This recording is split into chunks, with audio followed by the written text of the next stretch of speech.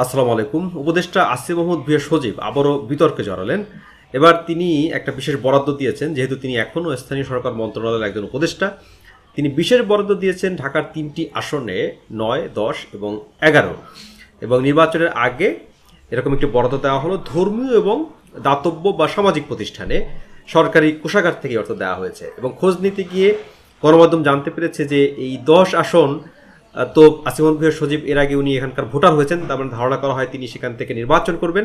এবং ৯ এবং ১১ সেই দুটি আসনে নির্বাচন করার কথা রয়েছে দলটির এনসিপির আহ্বায়ক নাহিদ ইসলাম এবং আরেকজন যোগ্য সদস্য সচিব তাসনিম জানার। অর্থাৎ এনসিপির ৩ নেতা যে ৩টি আসনে লড়াই করবেন, সেই ৩ আসনে বিশেষ বরাদ্দ দেওয়া হয়েছে নির্বাচনের আগে এবং ধর্মীয় এবং সামাজিক প্রতিষ্ঠানে। এবং এর মধ্যে আসিফ মাহমুদ ভূঁইয়া সজীব যে ঢাকা ১০ আসন থেকে লড়তে চাচ্ছেন, সেই আসন কিন্তু হচ্ছে ধানমন্ডি, নিউ মার্কেট এই এলাকা, মানে একটু মোটামুটি অবস্থাপন্ন এলাকা। সেসব এলাকায় ধর্মীয় এবং সামাজিক সংগঠনে বা সামাজিক প্রতিষ্ঠানে কেন তিনি এরকম বরাদ্দ দিলেন সেটা নিয়ে একটা আলাদা প্রশ্ন তোলা যায়। কিন্তু মূল বিষয় হচ্ছে যে এই যে তিনি বরাদ্দ দিলেন নির্বাচনের আগে, এর উদ্দেশ্য কি? আমরা জানি যে তফসিল ঘোষণার পর সাধারণত এই ধরনের বরাদ্দ দেওয়া যায় না, তার আগেই তিনি কাজটি সারলেন, মোটামুটি একটা চালাকির আশ্রয় নিলেন।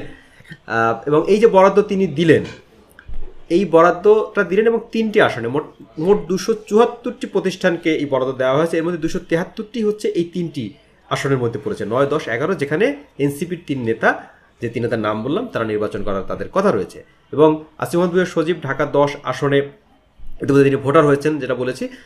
তো এই বরাদ্দ দেওয়ার পর একটা প্রশ্ন ওঠা খুবই স্বাভাবিক যে এটা কতটা নৈতিক হলো। আইনগতভাবে এটার কোনো বাধা আছে এমনটি নয়, কিন্তু নৈতিকভাবে কিন্তু এটা অত্যন্ত আপত্তিকর হয়েছে।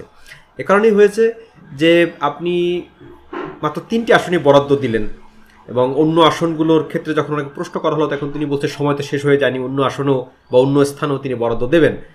জনগণের অর্থ যখন আপনি খরচ করবেন, আপনার উপর দায়িত্ব হয় যে সেটাকে যথাযথ জবাবদিহিতার মধ্য দিয়ে আপনি খরচ করেন। আপনি চাইলেন, আপনার হাতে ক্ষমতা আছে, কোনো একটা আসনে কোনো জায়গায় আপনি বরাদ্দ দিয়ে দিলেন, এই চর্চা কিন্তু আমরা দেখতে চাই না। এর আগে কিন্তু এই ঘটনাই ঘটছে। এখন আইনগত যে জায়গাটা, সেখানে এটা নিয়ে কোনো বাধা নেই, কিন্তু আপনারা তো পরিবর্তন চান। মানে আগে যে পদ্ধতিতে যেভাবে বরাদ্দ দেওয়া হতো, জবাবদিহিতাহীনতা ছিল, সেটারই তো পরিবর্তন আপনারা চান। এখন আপনি যদি বলেন আগের সরকারের আমলে যেহেতু এরকম বরাদ্দ দেওয়া হয়েছে, সুতরাং আমরাও দিয়েছি, এটা দেওয়া যেতেই পারে, আমাদের করতে অসুবিধা হয়ে আমাদেরকে কেন প্রশ্ন করা হচ্ছে? কারণ আপনারা পরিবর্তনের কথা বলছেন, আপনারা নতুনত্বের কথা বলছেন, আপনারা জবাবদিহিতার কথা বলছেন, সে কারণেই প্রশ্নটি বেশি আসে। আর এই উপদেষ্টা আসিফ মাহমুদ ভূঁইয়া সজীব, তিনি কিন্তু এর আগেও বিতর্কিত হয়েছেন। তিনি হাঁসের মাংস, 5 স্টার হোটেলে হাঁসের মাংস খাওয়া নিয়ে সেটা কেলেঙ্কারির মতো বিষয় ঘটেছিল, যে সেটা নিয়ে প্রশ্ন উঠেছিল। এর আগে বিমানবন্দরে তার অস্ত্রের ম্যাগাজিন পাওয়া গিয়েছিল, সেটা নিয়ে প্রশ্ন উঠেছিল যে কেন একজন উপদেষ্টা বিদেশ যাওয়ার সময় তার ব্যাগের মধ্যে এরকম অস্ত্রের ম্যাগাজিন পাওয়া যাবে। এছাড়া তার এলাকায় তার বাবার বিরুদ্ধে খুনের আসামির সঙ্গে সখ্যতা, এটা নিয়েও সংবাদ সম্মেলন অভিযোগ উঠেছিল। তো সেগুলো কোনো সুদুত্তর আমরা পাইনি। তার যে এপিএস, তার বিরুদ্ধে কয়েকশো কোটি টাকা দুর্নীতির অভিযোগ আছে, সেটা নিয়েও তাকে জিজ্ঞাসাবাদ করা হয়েছে এপিএসকে। তো এই বিষয়গুলো ঘটেছে, একজন উপদেষ্টাকে নিয়ে অনেক বেশি বিতর্ক হয়েছে। আমি ব্যক্তিগতভাবে এই যে নতুন ছাত্রদের নতুন রাজনৈতিক দল হলো এনসিপি, এর সফলতা কামনা করি। ইনফ্যাক্ট নতুন যে রাজনৈতিক দল, যারা নতুনভাবে রাজনীতি করতে চায় বাংলাদেশে, যারা পরিবর্তনের কথা বলে, তাদেরকে আমি সবসময় প্রমোট করতে চাই। এবং নতুন রাজনীতি দরকার আছে, তরুণদের রাজনীতি দরকার আছে, এনসিপির টিকে থাকার দরকার আছে বলে আমি মনে করি। কিন্তু এই এক আসিফ মাহমুদ ভূঁইয়া সজীব তো এনসিপিকে অনেকটা ক্ষেত্রে বিতর্কিত করে ফেললেন। মানে অনেক ধরনের ঘটনা তিনি ঘটালেন। সাধারণ মানুষ তো আসলে এগুলো যদি শুধু অভিযোগও হয়, সেগুলোর তো তদন্ত করা উচিত, যেসব যে অভিযোগের কথা আমি বললাম। তো আসিফ মাহমুদ ভূঁইয়া সজীব এই যে বারবার বিতর্কের জন্ম দিচ্ছেন, এগুলো তার দলের জন্য এবং তার নিজের জন্য ভালো নয়।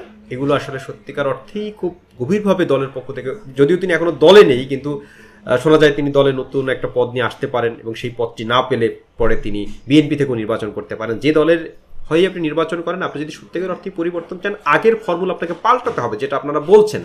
পুরনো ফর্মুলা যদি রাজনীতি করেন আপনারা, তাহলে পুরনো ফর্মুলায় রাজনীতি করার মতো যথেষ্ট দল বাংলাদেশে আছে, জনগণ তাদেরকেই বেছে নেবে। আপনারা নতুন রাজনীতি যদি দিতে না পারেন, মুখে বললে হবে না, কাজ করে দেখাতে হবে।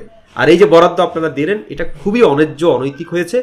নৈতিকতার জায়গায় যদি ঠিক না থাকে, আপনি কিভাবে দেশ পাল্টাবেন, কিভাবে নতুন রাজনীতি আমাদেরকে উপহার দেবেন? আশা করি আসিফ মাহমুদ ভূঁইয়া সজীব এই তার সিদ্ধান্ত থেকে সরে আসবেন এবং বিশেষ বরাদ্দ দিয়ে ভোটারদের মন জয় করা ভোটের আগে এই তরিকা থেকে বের হয়ে আসবেন।